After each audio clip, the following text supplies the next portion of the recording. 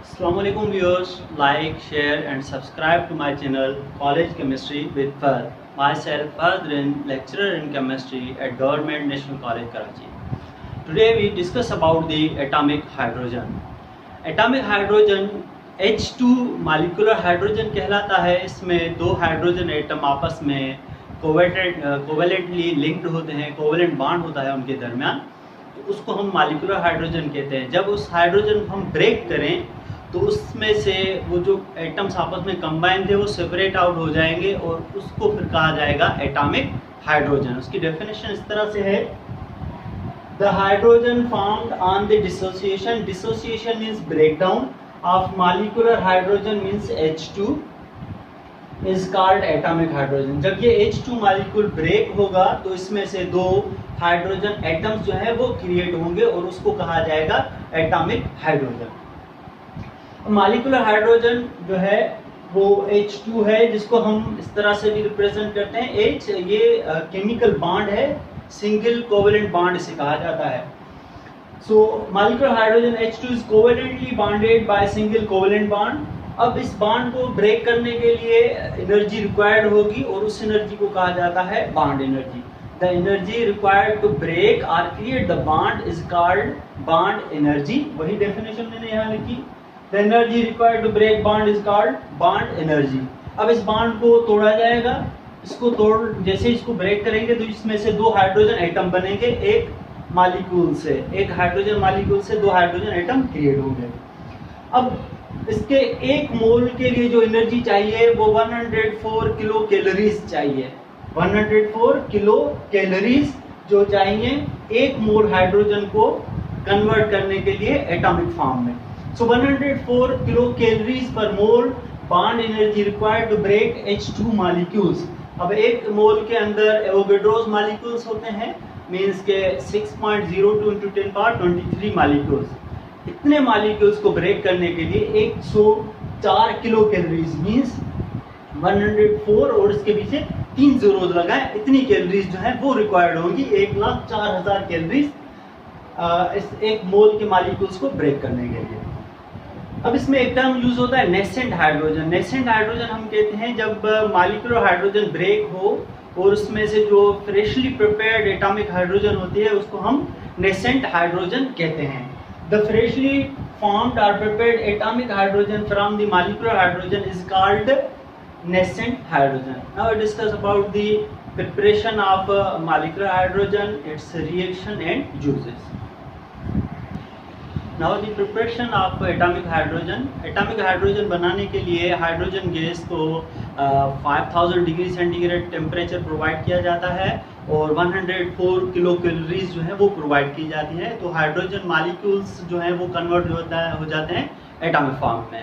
और दूसरा इसका तरीका है इलेक्ट्रिक डिस्चार्ज में से एट वेरी लो प्रेशर और हाई वोल्टेज इसको हम प्रोवाइड करेंगे तो भी मॉलिक्यूलर हाइड्रोजन जो है वो कन्वर्ट हो जाएगी एटॉमिक हाइड्रोजन में। Here H2 molecules 104 kilo calorie पर मोल एट 5000 डिग्री सेंटीग्रेड टेम्परेचर, तो वो कन्वर्ट हो रही है एटॉमिक हाइड्रोजन में। अब इसका मकसद ये हरगिज नहीं कि एक मॉलिक्यूल को ब्रेक करने के लिए इतनी एनर्जी दे रहे हैं। इसका मकसद ये है कि 1 मोल ऑफ H2 और उसमें से 2 mole of hydrogen atoms create हो रहे हैं। सो प्रिपरेशन का मेथड 1 है बाय अप्लाइंग हीट और नेक्स्ट है by applying electric current at low pressure. Low pressure पे हम इसको इलेक्ट्रिक करंट प्रोवाइड करेंगे तो उसके रिजल्ट में भी ये ब्रेक हो जाएगा, तो इसमें से 2 हाइड्रोजन एटॉमिक फॉर्म में कन्वर्ट हो जाएंगे। तो इलेक्ट्रिक डिस्चार्ज जैसे क्रूक्स ट्यूब है इसी तरह से 1 से 0.1 mm millimetre Hg means mercury, इतना प्रेशर इसको हम देंगे तो उस कंडीशन में मॉलिक्यूलर हाइड्रोजन जो है वो कन्वर्ट हो जाएगी एटॉमिक हाइड्रोजन। अब इसकी प्रॉपर्टीज के हवाले से देखा जाता है तो एटॉमिक हाइड्रोजन जो होते हैं वो ज़्यादा रिएक्टिव है as compared to molecular hydrogen. उसका रीज़न ये होता है कि एटॉमिक हाइड्रोजन के पास वैलेंस सिंगल इलेक्ट्रॉन है और वो अनस्टेबल है। हाइड्रोजन एटॉमिक फॉर्म जो है वो कन्वर्ट होना चाहता है मॉलिक्यूलर फॉर्म में ड्यू टू अनस्टेबिलिटी। वो उस फॉर्म में रह नहीं सकता क्योंकि उस फॉर्म में उसकी जो इलेक्ट्रॉन कन्फिग्रेशन है वो इनर्ट गैस जैसी नहीं होती। इसलिए क्या करता है कि एटॉमिक हाइड्रोजन मॉलिक्यूलर हाइड्रोजन से ज़्यादा रिएक्टिव है, instability of valence single electrons. तो एटॉमिक हाइड्रोजन आपस में कंबाइन होगा अगर कोई और एटम उसको मिल जाता है तो उसके साथ कंबाइन होगा, अदरवाइज हाइड्रोजन से कंबाइन हो जाएगा। Atomic hydrogen is more reactive than the molecular hydrogen due to instability and the valence single electron. Atomic hydrogen combine होंगे रूम टेम्परेचर से बिलो भी, मीन्स इसके लिए कंडीशन नहीं है कि इसको 104 किलो कैलोरीज प्रोवाइड करें तो ही जो है वो कन्वर्ट हो या उतने टेम्परेचर पे रिएक्ट करें, इसके लिए कंडीशंस नहीं है।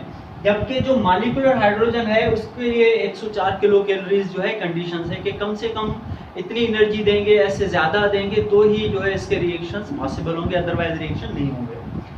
सो hydrogen combine below room temperature and follow duplet rule.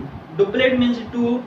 अब जो भी मॉलिक्यूल्स या आइटम्स जो है आपस में रिएक्शन करते हैं तो उसका एक रीज़न होता है कि वो चाहते हैं कि उनकी कन्फिग्रेशन इनर्ट गैस जैसी हो जाए, आइडियल गैस की जैसी, ये नॉन रिएक्टिव गैसेस जैसी उनकी कंडीशन हो जाए, या जिसको हम जीरो ग्रुप कहते हैं, इनर्ट गैस या जीरो ग्रुप गैस या नोबल गैस जैसे हम कहते हैं, उस जैसी कन्फिग्रेशन हो। तो वो मोस्टली ऑक्टेट रूल फॉलो करते हैं। उनमें एक एलिमेंट है हीलियम, जो कि डुप्लेट मीन्स के 2 इलेक्ट्रॉन उसके आखिरी शेल में होते हैं हीलियम में। तो हाइड्रोजन एटम्स आपस में कंबाइन होकर हीलियम जैसी इलेक्ट्रॉन कन्फिग्रेशन फॉलो करेंगे और डुप्लेट रूल को फॉलो करेंगे। तो molecular hydrogen required 104 kilocalorie, so it does not react with oxygen at room temperature. तो molecular hydrogen जो है ऑक्सीजन से, इन्वायरमेंट के ऑक्सीजन से रूम टेम्परेचर पे रिएक्शन नहीं करेगी। उसका रीजन ये है कि उसको रिएक्ट करने के लिए ज्यादा एनर्जी रिक्वायर्ड है, 104 किलो कैलोरीज पर मोल रिक्वायर्ड है। जबकि एटॉमिक हाइड्रोजन जो है वो इस ऑक्सीजन से O2 मॉलिक्यूल से रिएक्ट कर सकता है easily. So molecular hydrogen required 104 kilocalorie, so it does not react with O2 at room temperature. Now we discuss about its reaction and uses of hydrogen.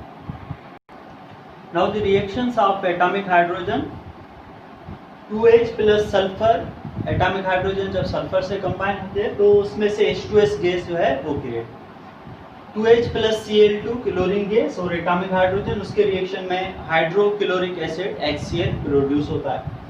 Phosphorus plus 3 hydrogen atoms जो है वो combine होते हैं तो उसमें से PH3 phosphine जो है वो गैस क्रिएट होती है।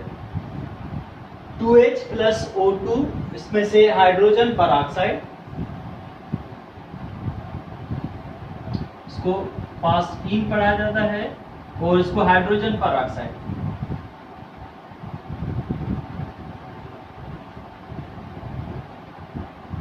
हाइड्रोजन पर oxide and phosphine, copper oxide और एटॉमिक हाइड्रोजन, जिसके रिजल्ट में कॉपर फ्री हो जाएगा और उसमें वाटर जो है वो क्रिएट होगा। Now the uses of atomic hydrogen. Atomic hydrogen के क्या यूजेस हैं? एटॉमिक हाइड्रोजन में से हीट रिलीज होती है जो 4000 से 5000 डिग्री सेंटीग्रेड तक टेम्परेचर प्रोवाइड करती है। तो इसको यूज किया जाता है वेल्डिंग पर्पस के लिए। और जो जेट होते हैं उनके अंदर जो फ्लेम क्रिएट होता है तो उसमें भी ये H2 जो हाइड्रोजन एटॉमिक हाइड्रोजन है वो यूज की जाती है। किस तरह से कि atomic hydrogen is used as to atomic torch which give 5000 degree centigrade temperature and used for welding purpose and welding of chromium steel or alloys। अब स्टील जो है वो उसके अंदर आयरन है और सल्फर की थोड़ी क्वांटिटी होती है। अब क्रोमियम स्टील है उसको हम स्टेनलेस स्टील कहेंगे, उसके अंदर ज़्यादा थोड़ी शाइन होती है बेनिस्बत आम स्टील के। और उसके अलावा अलॉयज जो हैं उनको कहा जाता है alloys are the mixture of metals. Metals के मिक्सचर को हम अलॉयज कहते हैं, जैसे ब्रॉन्ज है, ब्रॉस है, तो इस तरह के अलॉयज होते हैं जो चैप्टर नंबर 4 जो है पी ब्लॉक एलिमेंट्स में डिस्कस की गए हैं। It is used in a jet when H2 gas is passed through electric arc of tungsten rods and hydrogen gas convert into atomic hydrogen. Then atomic hydrogen combine to form molecular hydrogen and release energy have a 4000 to 5000 temperature।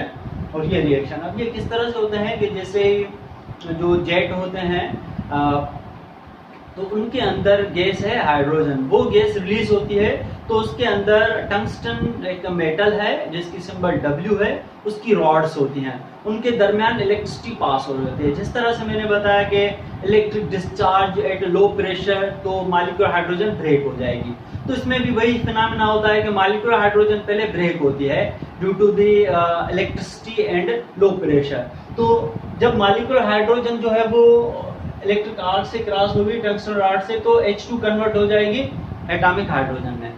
अब जो atomic hydrogen बन गई, तो वो atomic hydrogen ज्यादा reactive है, तो इस तरह से क्या होगा कि दोबारा जो एटॉमिक हाइड्रोजन है वो आपस में कंबाइन होगी। मींस के पहले मॉलिक्यूलर से टंगस्टन रॉड से जब वो गैस क्रॉस हुई तो वो ब्रेक हो गए एटॉमिक फॉर्म में।